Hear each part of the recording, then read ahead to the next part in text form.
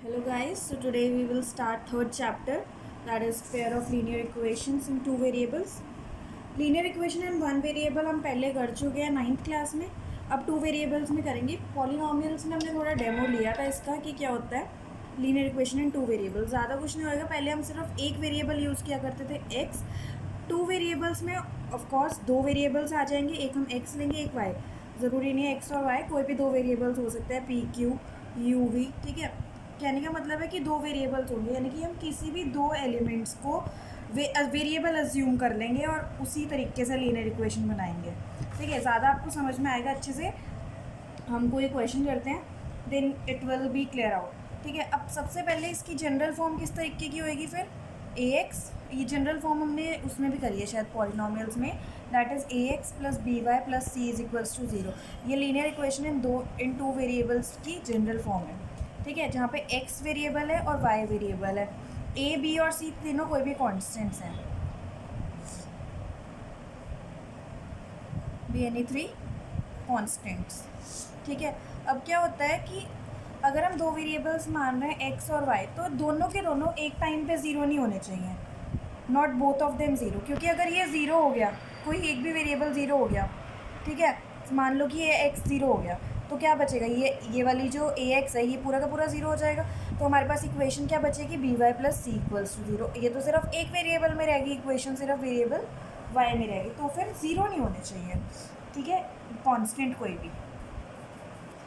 Just directly come to the example number 1 of your exercise. यहीं से शुरू करते हैं. Let us take the example given in section 3.1. Section 3.1 से ये example उठाने को कर रहे हैं. Come to page number, this is 38. Akhila went to a fair in her village. एक लड़की अखिला फेयर में जाती है. She wanted to enjoy rides on a giant wheel and play hoopla. अब उसे giant wheel पे राइड्स भी लेनी है, होपला भी खेलना है. होपला क्या होता था, मेले में खेलते थे ना, वो गेम मारते थे. बड़े सारे ऑब्जेक्ट्स रखे होते थे, बड़ा सारा सामान रखा होता था, जिस पे रिंग गिरी वो अपना हो गया. वो वाला गेम भी खेलना है इस बच्ची को, और झूला भी झूलना है. The number of times she played hoopla is half the number of rides she had on the giant wheel. अब वो कहते हैं कि जितनी बारी वो होपला खेला उसने, जितनी बारी उसने रिंग्स डाली, वो हाफ है किसका, जितनी बारी उसने राइड्स ली जाइंट व्हील पे, इसका हाफ टाइम्स है. मतलब अगर उसने 6 राइड्स ली तो उसने 3 बारी होपला खेला. अगर उसने 8 राइड्स ली तो उसने कितनी बार होपला खेला, 4 बार होपला खेला. मतलब जितनी बारी भी उसने झूला झूला ना, उसके आधे टाइम्स उसने होपला खेला. ठीक है, अब उन्होंने ये भी बताया कि if each ride cost, ride की कॉस्ट कितनी है, जाइंट व्हील की राइड की कॉस्ट है 3 रुपीज़. ठीक है, और होपला खेलने की है 4. तभी तो कम खेल रहा है ये होपला, राइड ज़्यादा ली, सस्ता पड़ रहा है भाई. ठीक है, how would you find out the number of rides she had and how many time she played hoopla. तो अब हमें ये निकालना है कि कितनी बारी उसने राइड्स ली और कितनी बारी होपला खेला. प्रोवाइडेड, अब इसके लिए एक कंडीशन ज़रूर दी हुई होती है, इस पर आपको ध्यान देना है. Provided she spend ₹20. अब उसने इन्होंने हमें बता दिया कि उसके पास भाई 20 रुपये थे, और अपने उसने पूरे 20 रुपये उड़ा के फिर घर वापस आई. ठीक है, 2 काम करे, और वहाँ पर ये भी बता दिया कि इसमें आधा लग रहा है. तो हम क्या करते हैं, जो 2 मेजर काम है उनको 2 वेरिएबल्स मान लेंगे. ठीक है, तो हम क्या कहेंगे कि मान लेते हैं कि उसने राइड्स ली x बारी और ये लिया होपला खेला y टाइम्स. तो लिखेंगे let us assume that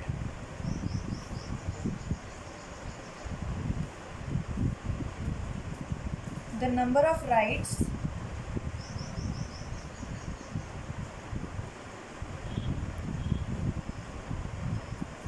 Akhila had be x मान लो नंबर ऑफ राइड उसने ली, and number of times she played hoopla. मान लेते हैं होपला उसने कितनी बारी खेला, बी वाई. ठीक है, अब होपला उसने खेला था वो हाफ टाइम्स था जितना उसने राइड्स ली, तो y की वैल्यू क्या हो जाएगी, हाफ ऑफ x. सिंपल ही है, बस यही चीज़ मेन है. अगर आपने ठीक चीज़ को मान लिया ना, x और y ठीक वेरिएबल्स सही जगह लगा दिए जिसको होना चाहिए, एकदम से इक्वेशन बनेगी। देखो जो वो बोल रहे हैं वही इक्वेशन आपने लिखनी है। उन्होंने हमें क्या बोला कि number of time she played hoopla, number of time she played hoopla को हमने क्या माना वाई, ठीक है।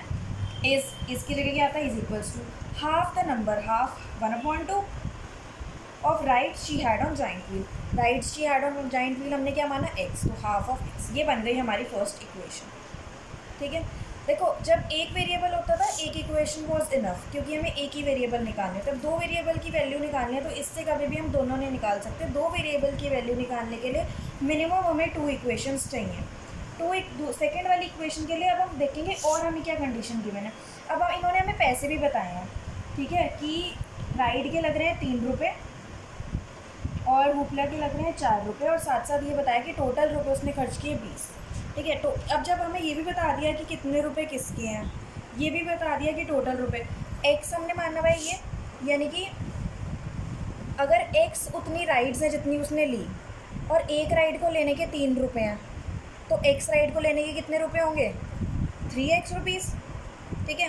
हुपला उसने खेला वाई टाइम्स, एक बारी हुपला खेलने के 4 रुपये, 2 बारी हुपला खेलने के कितने होंगे 8 रुपये, 3 बारी हुपला खेलने के कितने होंगे 12 रुपये, मल्टीप्लाई करते आ रहे हो। इसी तरीके से वाई टाइम्स हुपला खेलने के कितने होंगे 4 × वाई 4y रुपीज़, तो 4y टाइम्स उसने हुपला खेला, तो ये 3x रुपये आ गए टोटल जो उसने राइड्स ली, और 4y रुपीज़ आ गए टोटल जो उसने हुपला खेला, और टोटल रुपीज़ उसने स्पेंड किया 20। तो यानी कि जो इन दोनों का टोटल है वो कितना हो जाएगा 20। यहाँ पे आप लिख लोगे, या फिर ये स्टार्टिंग में ही लिख देना अकॉर्डिंग टू क्वेश्चन, ये हम लिख देते हैं, ठीक है, कि क्वेश्चन के अकॉर्डिंग हम ये इक्वेशंस बना रहे हैं। तो ये आपकी सेकंड इक्वेशन आ गई। आई होप ये सबको समझ में आई है, ठीक है। तो 2 इक्वेशंस हमारी आ गई हैं। अब आगे वो क्वेश्चन में क्या कहते थे, जरा अपने वाले एग्जाम्पल पे आ जाओ।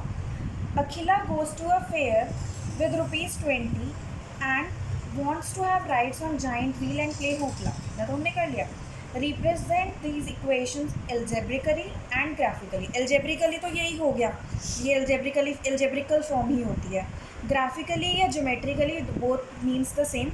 ये हमने 9th क्लास में भी किया था, पॉलिनोमियल्स में भी किया है अभी अभी रिसेंटली पिछले चैप्टर में। अब सेम ही चीज़ यहाँ पे होनी है, कुछ नहीं करना, एक की वैल्यू मानोगे दूसरी को सब्स्टिट्यूट करोगे, फिर 2 इक्वेशन है दोनों के अकॉर्डिंग। पहले वाली इक्वेशन को लेंगे, व्हेन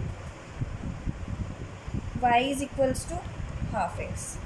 क्या करते हैं पहले ना, इसको एक पूरी हमारी जनरल फॉर्म क्या है ax + by + c = 0, इस वाली फॉर्म में लाने की कोशिश किया करो। 2 ऊपर जाएगा तो 2y = 1 × x is x, 2y उधर गया तो यानी कि x - 2y = 0। ये बन गई ये वाली इक्वेशन।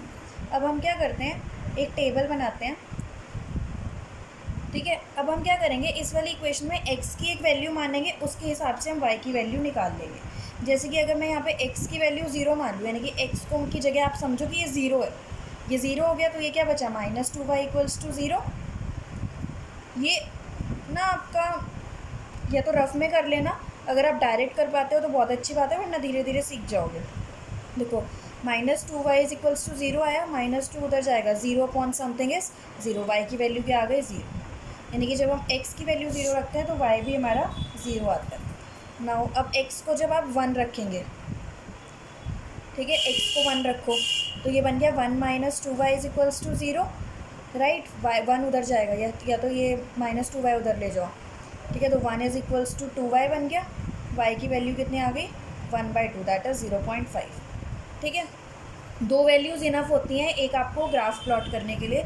ज़्यादातर कोशिश किया करो कि पॉइंट में ना आए वैल्यू, उसके हिसाब से अपनी यहाँ पे मान लिया करो कुछ x को, ठीक है। जैसे मेरे को पता चल रहा है, अब आप भी धीरे धीरे ज़्यादा से ज़्यादा क्वेश्चंस करोगे, प्रैक्टिस साइड बुक से भी ऐसे ऐसे क्वेश्चंस करो, NCERT भी ख़त्म करो, तो आपको अपने आप समझ आने लगेगा कि आपको क्या वैल्यू माननी चाहिए कि आपका पॉइंट में नंबर ना फंसे। जैसे मेरे को पता चल रहा है कि अगर मैं x की वैल्यू 2 मानूंगी, क्योंकि 2 से 2 कैंसिल आउट हो जाएगा एंड में, मैं ये सोच के कर रही हूँ, तो ये देखो 2 - 2y = 0, 2 = 2y हो जाएगा, y की वैल्यू कितनी आ गई 1। तो हमारे को मैं ये वाली 2 वैल्यूज़ से आपको प्लॉट करूँगी ग्राफ, ठीक है। सेकंड वाला ले लो केस, ये था केस, ओके चलो ऐसे लिख लो, व्हेन, या ऐसे लिखो व्हेन मत लिखो, टेकिंग इक्वेशन 1 लिख दो यहाँ पे, फॉर इक्वेशन 1, फॉर इक्वेशन कुछ भी लिख सकते हो, ऐसा कुछ हार्ड एंड फास्ट रूल नहीं है। 3x plus 4y is equals to 20। Same ही चीज़ करेंगे, ऐसी एक टेबल बनाएंगे x और y। मैं इन क्वेश्चन में क्या करते हैं, जैसे 3x प्लस 4y ऐसा नंबर लेना है जो दूसरे को कैंसिल करे। अगर मैं x की वैल्यू 4 लूँगी ना 12 हो जाएगा, फिर y निकल जाएगी। देखो x की वैल्यू एक बार 4 लो, ये बन जाएगा 3 4 ज़ा 12 plus 4y equals to 20। 4y आ गया 12, 20 minus 12 8, y is equals to, देखो कंप्लीट वैल्यू आई कि नहीं आई। कुछ भी ले सकते हो वैसे 1 2 3 पर, लेकिन ना मल्टीपल्स लोगे तो कैंसिल हो जाएगा। अब जैसे y की वैल्यू 3 ले लेंगे तो बन जाएगी बात। x भी ले सकते हो, y भी ले सकते हो, ज़रूरी नहीं है कि x ही लेना है, ज़रूरी नहीं है कि y भी। चाहे x को 0 मान लो तो 4y इक्वल्स टू 20 हो जाएगा। y कितना बचा 20/4, 4 5 ज़ा 20। ये दो वैल्यूज़ आ गई आपकी, ठीक है। अब आप इनसे टेबल प्लॉट कर लेंगे, वो तो आपको आता ही है।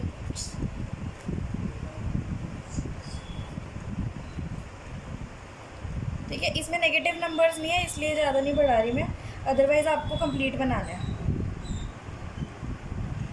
एक क्वेश्चन में प्लॉट कर लेते हैं।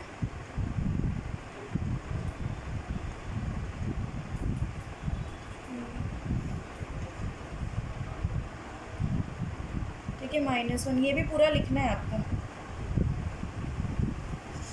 फर्स्ट इक्वेशन का देखो, पहला पॉइंट है 0 0, दूसरा पॉइंट मैंने कहा था ये वाला ले लो, चाहे ये भी ले लेना। 2,1 x पे 2 y 1, ये आ गई। ठीक है, ये हमने पढ़ा था ना 9th क्लास में कि एक इक्वेशन में infinitely many number of points उसको सेटिस्फाई करते हैं। यानी कि देखो जो यहाँ वाला पॉइंट होगा वो भी इस लाइन को सेटिस्फाई कर रहा है, यहाँ वाला भी, यहाँ वाला भी, इसलिए सिर्फ 2 पॉइंट से भी हम लाइन बना सकते हैं और ये नेवर एंडिंग होएगी। ठीक है, क्योंकि चलती जा रही है, क्योंकि इस वाली लाइन के या इस वाली इक्वेशन के इनफाइनाइटली मैनी सोल्यूशंस है, ये हम पहले पढ़ चुके हैं। ठीक है, अब सेकेंड वाली लाइन पे इस पर लिख देना, ये वाली किसका है, y is equals to half x। 4,2 4 and 2 इधर बन रहा है, और 0,5 ये बन गया। ठीक है, इसको आप कर देना मैच, ऐसे आपका ये एक ग्राफ बन गया। ये कौन सी लाइन हो गई, 3x plus 4y is equals to 20। This is your geometrical representation. ठीक है, that is it, very easy. सिर्फ और अच्छे खासे बिल्कुल नंबर बनाने का तरीका है, इजीली आप इसमें मार्क्स गेन कर सकते हो इस टॉपिक में। ठीक है, come to next example. Romila went to a stationery shop and purchased 2 pencils and 3 erasers for ₹9। 2 pencils खरीदी, 3 इरेजर्स। ठीक है, दोनों के मिला के पैसे कितने हुए, 9 रुपये। ठीक है, अगर मैं अब हम क्या करेंगे, पेंसिल को x मान लो, इरेज़र को y मान लो, तो 2x plus 3y equals to 9। देखो एक इक्वेशन कितनी इजीली निकल गई। हर friend Sonali saw the new variety of pencils and erasers with Romila and she also bought. उसने भी क्या खरीदा, 4 पेंसिल खरीद ली, 6 इरेजर्स खरीद ली, उसके पैसे कितने लग गए, 18। ये दूसरी इक्वेशन, ये तो बहुत ही ईजी हो गया। पहली इक्वेशन आपकी इसमें बन जाए। अब आप ऊपर लिख देना कि लेट अस डिनोट, 2 पेंसिल्स है, पेंसिल का नंबर दे रखा है, पैसे टोटल 9 है, तो इसके पैसे x मान लेंगे, इसके पैसे y। तभी तो अगर एक पेंसिल 2 रुपये की है तो x पेंसिल्स कितनी होएगी, 2 × x। अभी मैंने आपको पिछले एग्जाम्पल में सिखाया कैसे निकलता है, ये है ना। तो यानी कि आप कह दोगे कि let cost of 1 pencil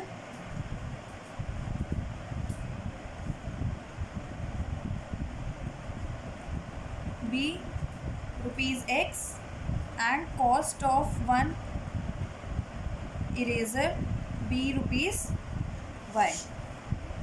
then according to question, पहले रोमिला वाला लिख दो कि 2x, उसने 2 पेंसिल्स खरीदी तो 2 × 1 पेंसिल की कॉस्ट, टोटल कॉस्ट हो गई, टोटल उसके रुपए कितने खर्च हुए, 9। इसी तरीके से 4x plus 6y is equals to 18। 2 equations आ गई। बस इसको क्या करना है, represent this situation algebraically. Algebraical representation ये हो ही गई, इसको ज्योमेट्रिकली रिप्रेजेंट करना है। ठीक है, टेबल बना लेंगे, 2 टेबल्स बनेंगे।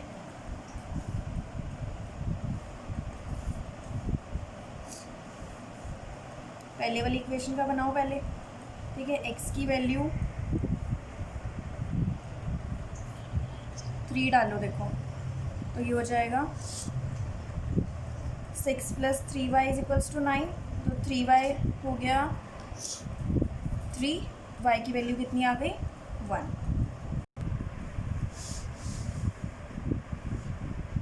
ठीक है, अब इसी तरीके से एक बारी x को 0 मान लो, x 0 हो गया तो ये बचा 3y = 9, y की वैल्यू कितनी आ गई 3, 3 1 हो गया एक पॉइंट, दूसरा पॉइंट हो गया 0,3। नेक्स्ट वाली के लिए दूसरा टेबल ये लिख देना कि ये इसको मान लो फर्स्ट इक्वेशन, इसको मान लो second equation. For equation 1, for equation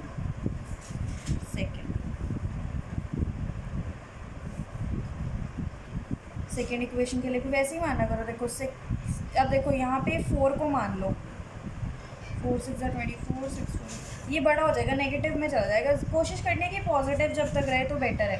x को 0 मानो, 6 की वैल्यू कितनी आ जाएगी 6y = 18, y कितना हो गया 18/6, 6 3 ज़ा। अब y को 0 मानेंगे तो भी पॉइंट में फंसेगा 1 1 हाँ 14 4 3 मान के ठीक हो रहा है। देखो x को 4 3 ज़ा 12 हो जाएगा, 18 - 12 6, 6 से 6 कैंसिल हो जाएगा। इस तरीके से आपको सोचना पड़ेगा, थोड़ा सा दिमाग लगाना है। तो x की वैल्यू 3 मानो, ये हो गया 12, देख ही लो 12 + 6y = 18, तो 6y कितना हो गया 18 - 12 6, y की वैल्यू आ गई 1, तो ये आ गया 1। हमारे को 2 पॉइंट्स मिल गए, इधर से भी इधर से भी। अब आप इनको मार्क कर लोगे,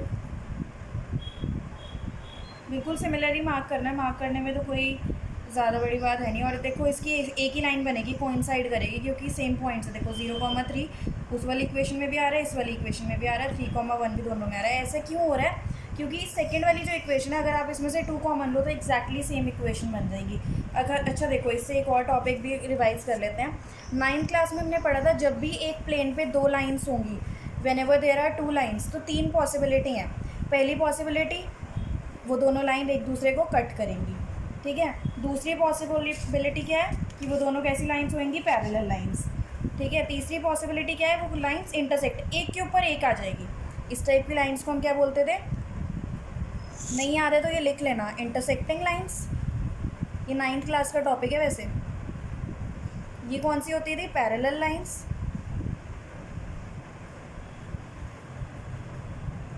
ये होती है coincident.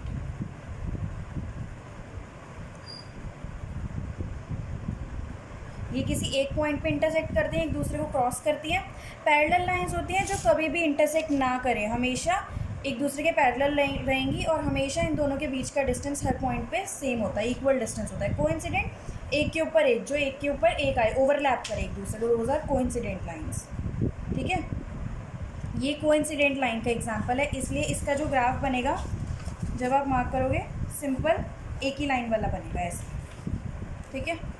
Now next example, third example में कहते हैं 2 rails are represented by the equations. अब इन्होंने हमें डायरेक्टली इक्वेशंस गिवन कर दे रखी हैं हमको, ठीक है। कौन कौन सी इक्वेशंस दे रखी हैं, x + 2y - 4 = 0, 2x + 4y - 12 = 0। Simple इन्होंने ज्योमेट्रिकली इसको रिप्रेजेंट करने के लिए हमको कहा है, ठीक है। एल्जेब्रिक फॉर्म दे रखी है। पहले क्या हो रहा था, 2 एग्जांपल में हमें एल्जेब्रिक फॉर्म भी बनानी पड़ रही थी। अब एल्जेब्रिक फॉर्म हमें ये गिवन है, सिर्फ इनको रिप्रेजेंट करना है। वही फर्स्ट इक्वेशन मान लो, सेकेंड इक्वेशन मान लो। सबसे पहले फॉर इक्वेशन 1 एक टेबल बनाएंगे। पहले तो x की वैल्यू 0 ले लो, ये बन गया 2y - 4 = 0, 2y = 4 हो जाएगा। 4 जब उधर जाएगा पॉजिटिव, y की वैल्यू हो गई 4/2, दैट इज़ 2, 0,2। इसी तरीके से सेकेंड वाली भी मान सकते हैं। अब y को 0 मान लो, y को जब 0 मानेंगे तो ये हो जाएगा, बचा क्या, x - 4 = 0, x की वैल्यू आ गई 4। सेकेंड इक्वेशन के लिए भी एक बना लो, x और y। x की वैल्यू 0 मानो, 4y minus 12 is equals to 0, 4y equals to 12, y की वैल्यू आ गई 3। ठीक है, अब क्या करेंगे, y को 0 मान लो, कैसे भी 2 पॉइंट्स बना लो, कुछ भी हो सकता है, 1 मानो, 2 मानो, 3 मानो। मेरा तरीका ज़्यादातर मैं यही करती हूँ, एक बार x को 0 मानो, एक बार y को 0 मानो। अगर इससे मेरा पॉइंट में फंसता है तो फिर मैं कुछ और सोचती हूँ। ठीक है, अब y को जब 0 मानेंगे तो बच्चा क्या है, 2x minus 12 is equals to 0, 2x हो गया इक्वल्स टू 12, x की वैल्यू कितनी आ गई 6। इसी को इसी तरीके से उसमें रिप्रेजेंट कर लोगे। देख लो एक और question.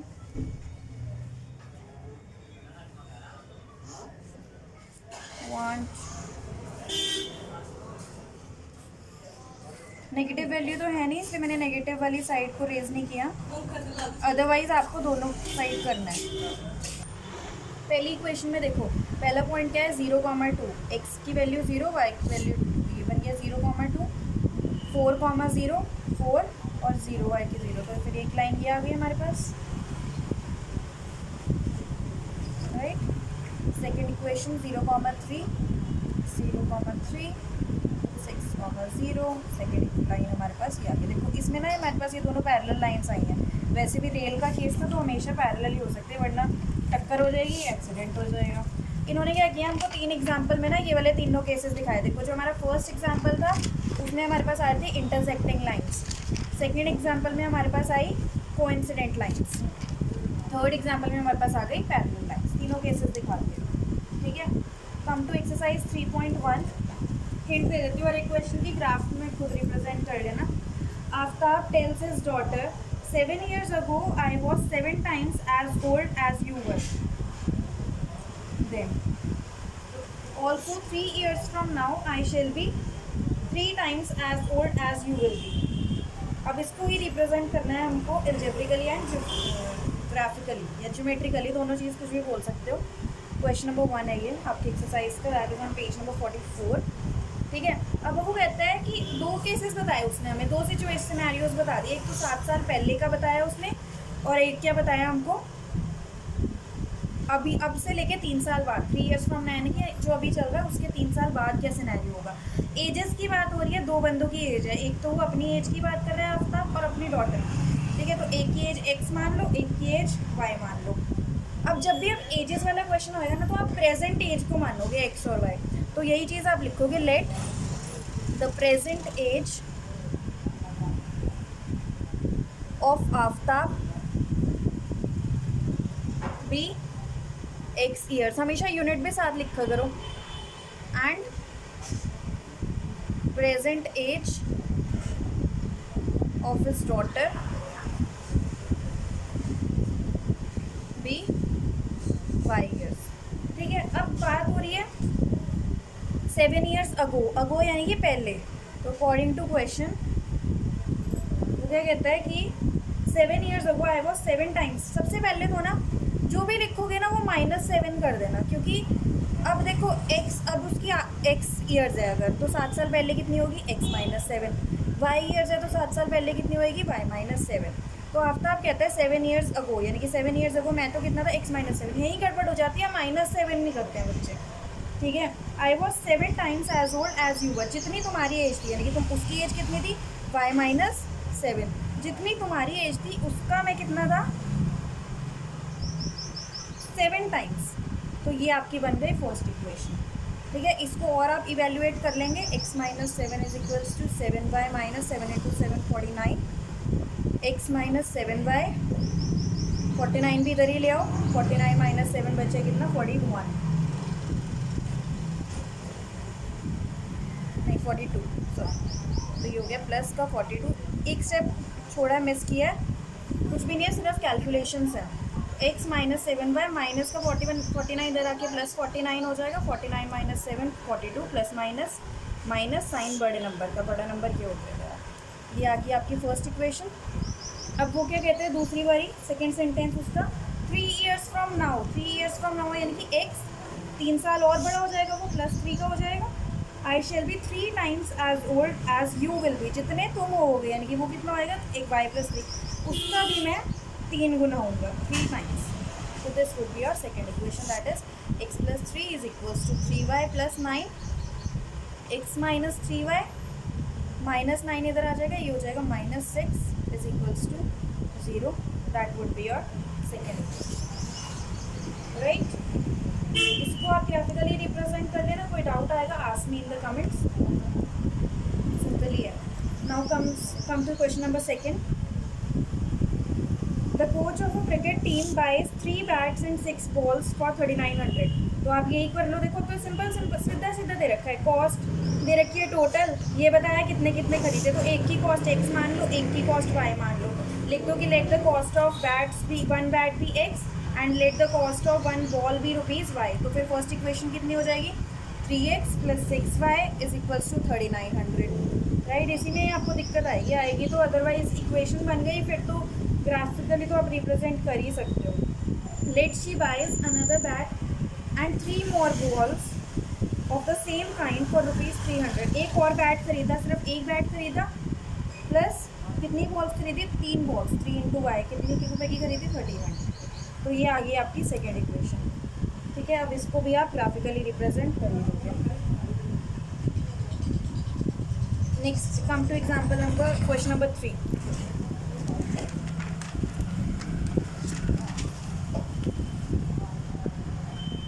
The cost of 2 kg of apples and 1 kg of grapes on a day was found to be ₹60. Total cost दे रखी है. तो अब कहो कि एक दिन let the cost of 1 apple भी ₹x and let the cost of 1 grape या फिर 1 kg of apple. 1 kg apple की कॉस्ट x मान लो, cost of 1 kg of grape भी ₹y. तो कितने हो गया? क्या इक्वेशन बन गई? 2x, एक ही kg लिया तो plus y is equals to 160. After a month, the cost of 4 kg of apples and 2 kg of grapes is ₹300.